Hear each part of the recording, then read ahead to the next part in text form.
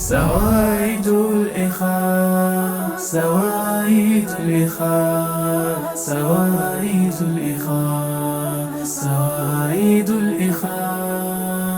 Dini ya Uislamu yatutaka tupendane, na sote Waislamu ni vyema tushikamane. Tukikosea kaumu kwa wema tukosoane, ni vyema tujiheshimu. Bismillahirrahmanirrahim. Alhamdulillah wassalatu wassalamu ala rasulillah wa ala alihi wa sahbihi wa mawala, amma ba'd. Ndugu yangu mtazamaji wa Africa TV, karibu katika mfululizo wa kipindi ukipendacho Sawaidul Ikha. Bado tuko katika maudhui yetu na mada yetu ile ile ya al-usra fil Qur'an au al-Qur'an ma al-usra, Qur'ani na familia. Katika kipindi kilichopita Sheikh Nasir alizungumza kuhusu haki za watoto juu ya wazazi wao. Leo tunazungumza haki za wazazi juu ya watoto wao. Kwa kusema kweli, utaratibu huu wa kuanza haki za watoto kabla ya haki za wazazi umekuwa utaratibu mzuri sana, kwa sababu haki za wazazi mara nyingi zinavunjwa pale ambapo wazazi wamevunja haki za watoto wao, kwa sababu mtoto ambaye hakuandaliwa kwa maandalizi yale yaliyozungumzwa katika kipindi kilichopita hawezi kumjua au kujua thamani ya mzazi wake na kwamba mzazi wake ana haki gani. Kwa hiyo pale mzazi atakapotekeleza wajibu wake wa kumpa mtoto wake haki zake, basi tuna uhakika wa asilimia nyingi insha Allah kwamba mzazi naye atazipata haki zake kutoka kwa mtoto wake. Sasa haki za mzazi ni nyingi. Haki ya kwanza kabisa ni ile haki ya kufanyiwa wema ambayo Allah subhanahu wa ta'ala ameitaja kwa kutumia neno ihsan. Na neno ihsan hili ukirudi kwa wanawachuoni lina tafsiri nyingi na pana sana, lakini sisi Waswahili tunasema wema tu kama matamko mengine yanayotafsiriwa neno wema, lakini ihsan, wema huu ni wema mpana sana, na ndio maana Allah subhanahu wa ta'ala akauambatanisha au akaiambatanisha haki hii na ile haki yake yeye mwenyewe. Wakadha rabbuk alla ta'budu illa iyyah wa bil walidaini ihsana. Allah ametoa amri au amehukumu kwamba asiabudiwe yoyote isipokuwa yeye na wazazi wawili wafanyiwe wema. Kwa hiyo hii ni haki ya mzazi ya kwanza. Sasa haki hii kwa mzazi haiwezi hata siku moja kupatikana kama hawa watoto hawakuandaliwa kujua thamani ya mzazi wao na kwamba wamfanyie wema namna gani. Kwa hiyo jambo la kwanza kabisa, kabla hatujaendelea kutaja haki nyingi za wazazi, nafikiri basheti wataendelea kuzitaja hii haki tu ya wema, ambayo pengine haki za mzazi zote ukiziangalia zitabebwa na hili neno wema. Naam, ndugu zangu watazamaji, ni kwamba neno ihsan linaweza likabeba haki zote anazostahiki mzazi au wazazi, kwa sababu kila haki ya mzazi ukiiangalia na ukitafsiri inabebwa na neno ihsan. Na ndio maana Allah subhanahu wa ta'ala ye katika kuzungumza haki za wazazi akatumia neno ihsan. Sasa wanaochuoni na kabla ya wanaochuoni, Mtume sallallahu alaihi wasallam katika hadithi mbalimbali akajaribu kuchambua zile haki za wazazi zinazoingia katika neno ihsan. Ingawa pia katika Qur'ani kuna baadhi ya mambo yametajwa kwa uzito wake na umuhimu wake, ambayo nayo ukiangalia ukitafsiri neno ihsani nayo pia yamo, kwa sababu ukiambiwa fala wala au fala takun lahuma uffin, wala usiwaambie wazazi wako neno la kuonyesha kukereka. Hili neno ukilitafsiri vizuri na ukilitafakari bado linaingia tena linazama katika neno Roma. Sema ita yani ufu kihesabu. Naam. Herufi mbili tu. Ndio. Hamza na fe. Herufi mbili tu. Na wewe Sheikh Nasir anachangia hapo. Kwa hiyo ndugu zangu, watazamaji wa Africa TV, wazazi wetu wanahitaji kufanyiwa wema kwa kila maana inayobebwa na neno wema. Katika kuzungumza na mzazi lazima uwe na wema, katika kumhudumia mzazi lazima uwe na wema, katika chochote utakachokifanya na mzazi wako lazima utangulize, uweke neno wema, halafu hicho unachokifanya ukifanye katika maana ya wema. Kwa sababu ukija ukiangalia katika maneno ya wanaochuoni wanavyozitawanya haki za wazazi, wamezungumza vitu vingi. Ukikaa na mzazi wako kai vipi? Ukimtazama mzazi wako mtazame vipi? Ukizungumza na mzazi wako uzungumze naye vipi? Kila kitu unachokifanya na mzazi wako umeelekezwa, lakini yote hayo ukiangalia yanatafsiriwa au yanabebwa na neno wema. Kwa hiyo watoto, mnatakiwa mwafanyie wazazi wenu wema katika kila jambo. Mkifanya hivi, mtakuwa kwa kiasi kikubwa mmeweza kutekeleza haki za wazazi wenu. Insha Allah, haki nyingine baadhi ya mashekhe watazidadavua ili ziweze kujaza katika hilo neno wema. Hadha wabillahi taufiki. Nitoe nafasi kwa watu wengine insha Allah. Labda samani kidogo, kuna jambo muhimu sana la dakika moja mbili tu, ni kwamba binafsi yangu mimi ninapoangalia hapo kwa watoto na hasa zama za leo hizi, watoto wa kileo wana tabia sana ya kujaribu kuleta mawazo kwamba inawezekana mtoto ima katika lugha ya kileo kwamba akamfanyia challenge mzazi wake, au mzazi inawezekana akawa haelewi kitu, au yeye inawezekana yeye akawa labda anaelewa kitu cha mfano namna hiyo. Hali ya kuwa kipimo cha moto na pepo kwa mtoto kimekaa chini ya wazazi. Kwa hiyo vijana wa kileo wasijidanganye katika hali yoyote. Hali ni moja tu, wameamrishwa na mzazi kufanya maasi, hapo ndio anaruhusiwa kukataa. Lakini hakuna namna yoyote ile kwamba mtoto anaweza kuwa ni labda na uelewa fulani na ufahamu fulani, aba labda atakuwa na haki za namna gani kwa mzazi wake, isipokuwa ni yeye wajibu wake kumfanyia mzazi wake. Pamoja na kukataa usiamrishwa mabaya na mzazi wako, kwa uzito wa ile haki, bado tunaambiwa wa in jahadaka ala an tushrika bi shay'an fala tutihuma, lakini sema wasahibhuma fi dunya maarufa. Hataki kuamrisha wema, tafuta namna tu ya kukwepa ule ubaya. Hataki kuamrisha ubaya, tafuta namna tu ya kukwepa kutekeleza huo ubaya. Lakini hata ile namna yenyewe ya kataa kiungwana, lakini bado utabaki kuwa una wajibu wa kumfanyia wema katika maeneo ambayo kisheria yanakubalika. Uwezi ukamkatalia kwa lugha mbovu na matusi na kadha na kadha. Mkatalie kiasi kwamba aone hili mtoto wangu alikuwa na haki ya kulikataa, lakini bado wasahibuhuma fi dunia maarufa. Labda niongezee kwamba kabla sijampa Sheikh yange kwamba yani kama mmetoa kwamba miongozo ni miwili, kumtendea wema ambao umesema ni jamia, lakini ule wema usiwe nje ya usiwe kwenye maasi, kwamba hapo nadhani tutakuwa umefunika mambo ni mengi. Wema wowote ambao unaonekana kwamba kwa mzazi huu utakuwa ni wema, basi afanyiwe dua, afanyiwe taa, afanyiwe ukirimiwa, kila kinachoonekana kwamba hichi ni wema kwa mzazi basi afanyiwe, isipokuwa tu tunaweza tukamkatalia lile ambalo atakalokuwa anatuamrisha, kama litakuwa katika maasi, na katika kukataa kwetu pia tukatae kwa njia iliyokuwa nzuri. Kullahuma kabla sasa chukua. Naam, nataka nikumbushe kitu kimoja kwamba Uislamu unapozungumzia mzazi na haki zake hauzungumzii mzazi Muislamu, inazungumzia mzazi au Muislamu awe mshirikina awe Mkristo awe nani, mzazi haki zake za uzazi, wote wanashirikiana kwenye haki za uzazi.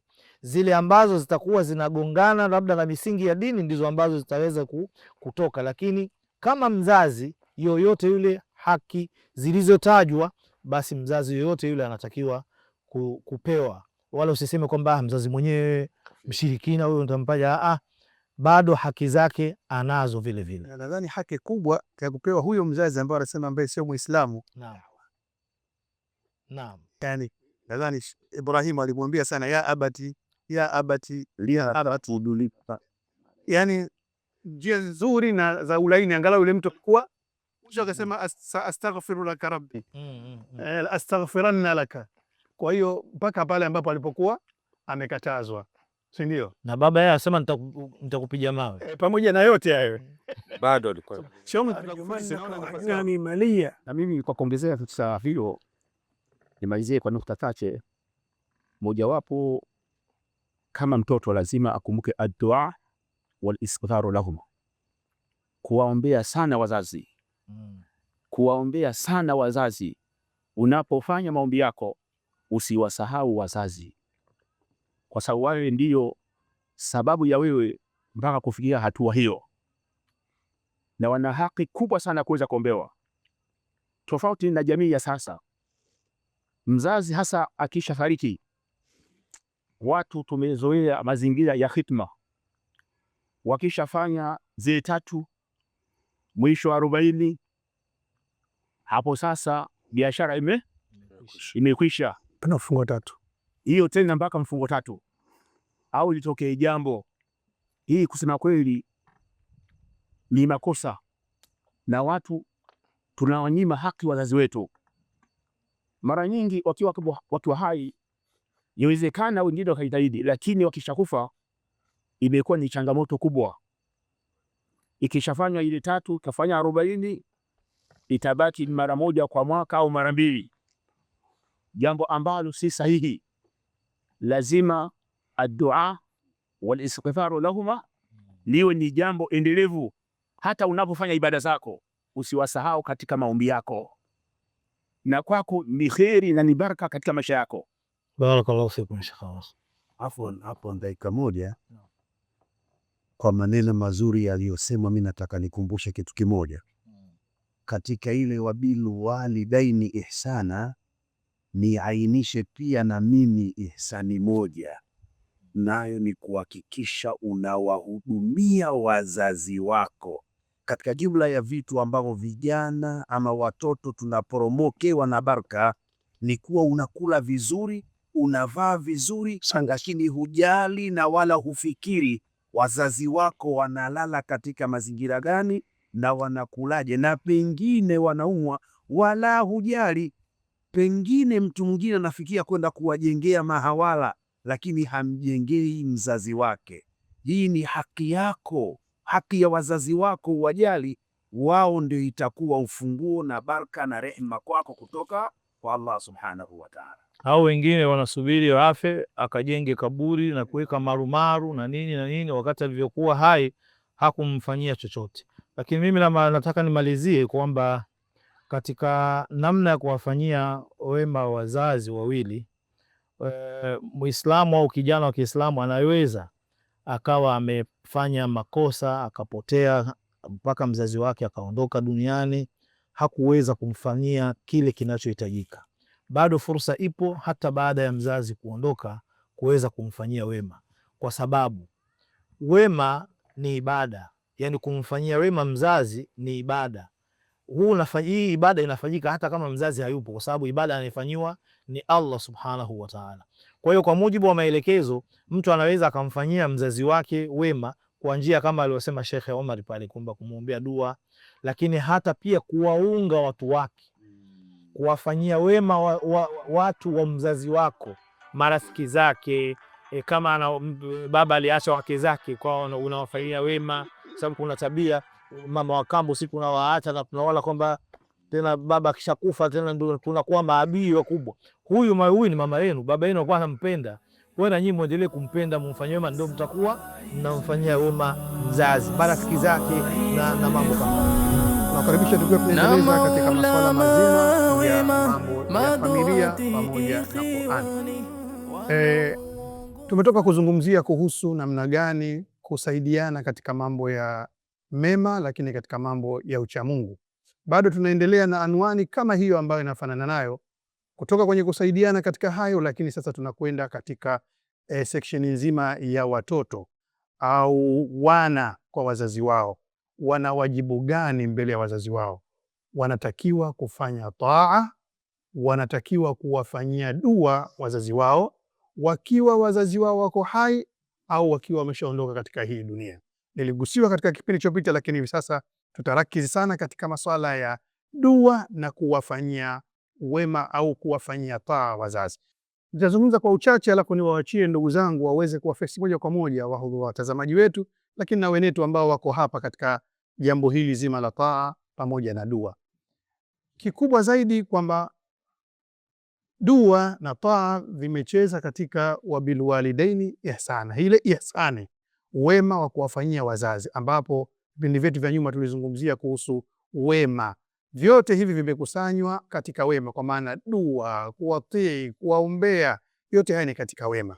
Lakini mtoto kama mtoto anatakiwa afanye hatua kwa hatua kuelekea huko, na maandalizi makubwa tuliyazungumza kwamba mzazi kama mzazi inabidi awaandae watoto wake ili wawe watoto bora wa kuweza kuja kuwa sasa wanaakisi yale malezi bora ya kuwaombea wazazi wao, lakini awafundishe wakati kabla hajafa aweze kumwombea akiwa mbele yake, kwa maana tunamwombea mzazi wetu, lakini pia hii akisi yao ya kumwombea wakati wako hai ndio ambayo tunaitarajia kwa namna kubwa kabisa itaweza kuwavusha wakati wako hai wazazi wao, lakini pia hata baada ya wazazi wao kufariki. Kuna vitu vingi hapa. Moja katika vitu vingine, kwa maana mtoto kuwa hambo kwa wazazi wake. Toa hii inatakiwa kwamba uwe umeshusha mbawa zako, kwa maana uko chini kabisa, huwezi hata kuruka mzazi wako akikwambia jambo, lakini usiwakemee wazazi kukwambia kitu. Tulizungumza pale wakasema wala taqul lahuma uff. Wanasema kwamba wengine wasema je, mzazi nisimwambia uff, je lingine naweza nikafanya nisiweze kufanya? Lolote ambalo ni baya kwa mzazi wako usimwambie wala usimtendee, si kwa maana tu kauli yako, bali hata maneno yako. Lakini mwisho kabisa, kuhusu swala zima la kuwaombea dua wazazi wakati wa uhai na wakati ambao wazazi wetu wamefariki. Si msemaji tu wa kuamsha, nimpe hili jambo alizungumze kwa urefu. Kabla sijaanza, naona kwamba Sheikh wangu analitamani hili. Sheikh wangu Sheikh Mziwanda, kabla sijamkaribisha Sheikh Nasir kuchangia kwanza, Sheikh Mziwanda huenda ana lolote la kukungotea, kisha tutamkaribisha Sheikh Nasir. Karibu. Asante Sheikh Muhammad Ali Hassan. Sema kwa kweli mimi nimevutiwa na mfumo wa maneno yenyewe yaliyotufungulia maudhui yetu. Ile maamuzi Mungu kashaamua, hataki mtu kuhoji wala nini. Fata unataka utaki, kadha kashamaliza. Lakini mfumo aliotumia ameweka misisitizo ya aina mbili isiyofanana. Nyinyi wasomi mnaita taukidi. Kipande cha kwanza kinachomhusu yeye kwenye kuabudiwa akaweka msisitizo wa siyaki, an-nafyi wal ithbat, alla ta'budu illa iya. Lakini kipande cha pili kwa wazazi akaona weke taukidi lafdhi, alla wabil walidaini ihsana, kwa sababu ni masdari naib anil fi'li. Wabil walidaini an tuhsinu ihsana ndo asili yake, kwa maana Mungu kashaamua musiabudu kingine chochote, hata kama ulivutiwa na muonekano wa hicho, lakini Mungu tu. Lakini huku akasisitiza kwa maneno, sio kwa mtiririko. Maana yake ni kwamba hawezi kuwa mtu mutaabadi wa kweli, mfanya ibada wa kweli, kama hana mahusiano mazuri na wazazi wake. Ndio maana msisitizo wa mbele ulikuwa mzito kuliko ni msisitizo wa ibada. Kukwiva kwa ibada basi kunatakiwa kutokamane na kukwiva wewe kwa adabu kwa wazazi wako na tabia njema. Ukivurunda kwa wazazi, hata kwa Mungu utakuwa unabeti. Kwa maana Mwenyezi Mungu Subhanahu wa Ta'ala amevichanganya pamoja ibada yake yeye na wema kwa wazazi wetu wawili. Watoto huko mlipo mna mawili, kwa maana mna dua ya uhai wenu na mna dua baadaye. Wengi hivi sasa wana wema uliobaki baada almamati. Kwa hiyo wale kule wazazi wao wengi tunatarajia kwamba wako hai, kwa hiyo wanalo hili wakiwepo hai hivi sasa wanaona, lakini wanajiandaa pia baada ya kufa. Mashehe zetu wao wengi wao huenda kwamba lile la mwanzo lishafanya limeshaondoka na wanatamani lile la mwanzo lingekuwepo. Kwa hiyo watoto wasipitwe. Sheikh Nasir, nafasi ni ya kwako. Allahu akbar, nimependa sana. Naam, Allahu akbar. Mimi nadhani mumtalaki mzuri Sheikh Nasir huu. Baba akiwa mbaya hamletei zawadi, muovu aendi kuswali naye, amwombee dua tu bado. Kijana, Mungu akufungulie swali lako zuri sana kwamba baba mbaya, baba muovu, nafaa kumwombea dua? Jibu ni kwamba ndiyo, kwa sababu huo ubaya unatakiwa uondoke ili wewe mtoto mzuri unufaike na baba. Sasa ukisema baba huyu mbaya sifai kumwombea dua, bado ndio Mungu akapanga hilo kwamba umwombee dua. Anaelewa kabisa Mwenyezi Mungu kwamba huyu baba huyu yawezekana pia kuna matatizo anayo, miongoni mwa matatizo hilo kijana uliosema. Kwa hivyo ni vizuri kabisa baba awe mbaya awe mzuri umwombee dua, tena kwa sana, Mwenyezi Mungu amuongoze sawa sawa. Kama vile rafiki yako unacheza naye akiwa mbaya, utamkimbia? Utaenda kumsemea kwa baba yake, baba yule bwana ana tabia mbaya, ili nini? Ajirekebishe. Yule rafiki yako unampenda. Sasa kama rafiki yako unampenda, baba ndio namba moja. Sawa kijana? Shukrani. Hayo yote yanaingia katika swala alozungumza kijana. Kama mzazi mwenyewe kashajifahamu tatizo lake, anakwenda kwa mwalimu ili asaidiwe tatizo lake, ni nzuri sana. Mimi nafikiri ni fursa hapo mwalimu aanze naye hapo. Umeona, aanze naye. Baba, wewe umekuja huku kumleta, ina maana wewe kuna viashiria vya kuongoka, sawa sawa, na umemleta hapa, na sisi insha Allah kwa uwezo wake Allah tutajitahidi kuwa na huyu kijana ili kijana aje akuombee dua wewe mzazi.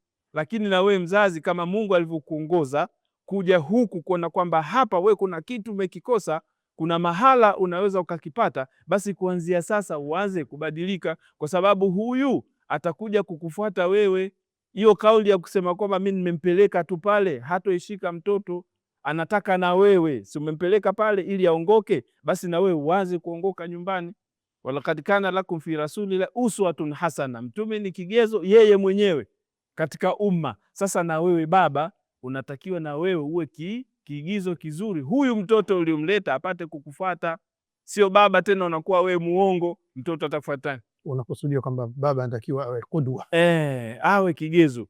Ni swala zuri sana Sheikh Ibrahimu, linaungana na yule kijana. Ni katika hayo mambo kijana kasema baba akiwa muovu. Sasa na uzuri sasa kijana kasema kwamba baba akiwa muovu, ina maana mtoto kagundua madhaifu ya baba. Lakini uzuri sasa hivi nani swala ulileta wewe Sheikh Ibrahimu, baba mwenyewe kajigundua. Umeona? Kwa hivyo tunaunganisha hapo kwamba mtoto pale ni nafasi nzuri sana ya kumsaidia ili apate kumsaidia baba yake. Wallahu aalam. Labda mimi kwanza nianze pale kwa binti alipozungumzia wazazi kukuombea, na sio mzazi, nitaniongezea mpaka mlezi. Maanake hata Bwana Mtume sallallahu alaihi wasallam alipompokea ndugu yake mwanafunzi wake sahaba wake Abdullah ibn Abbas alimwombea dua, Allahumma allimhu ta'wila wa tafasira. Alimwombea dua. Kama mlezi kumwombea dua, mzazi inakuwa mimbabi aula, hilo moja. Lakini muda mwingine ni siasa ya kimatendo, mtoto atajua namna gani unampenda, namna gani, kwa sababu anapokuwa man shabba ala shay'in shaba alayhi. Sasa mtoto anakuona sio unamuombea dua kwa siri ile dhahiri, anakuwa anaona wewe unamuombea dua, anaona kumbe ndio inavyokuwa. Mtoto anajua nafasi yake na anakuwa na kumbukumbu. Mtoto kuanzia miaka 4 wakati wote kichwa kinapunguka na anaona anayofanyiwa na mzazi wake, baba alikuwa ananiombea, baba alikuwa hivi. Sasa mimi nadhani cha kufanya ni hicho, kwamba tuwafanyie dua kwa siri na kwa dhahiri. Pale tunapocheza nao watoto tu tunawafanyia dua, anaona anakuwa anakwenda hivi na kwa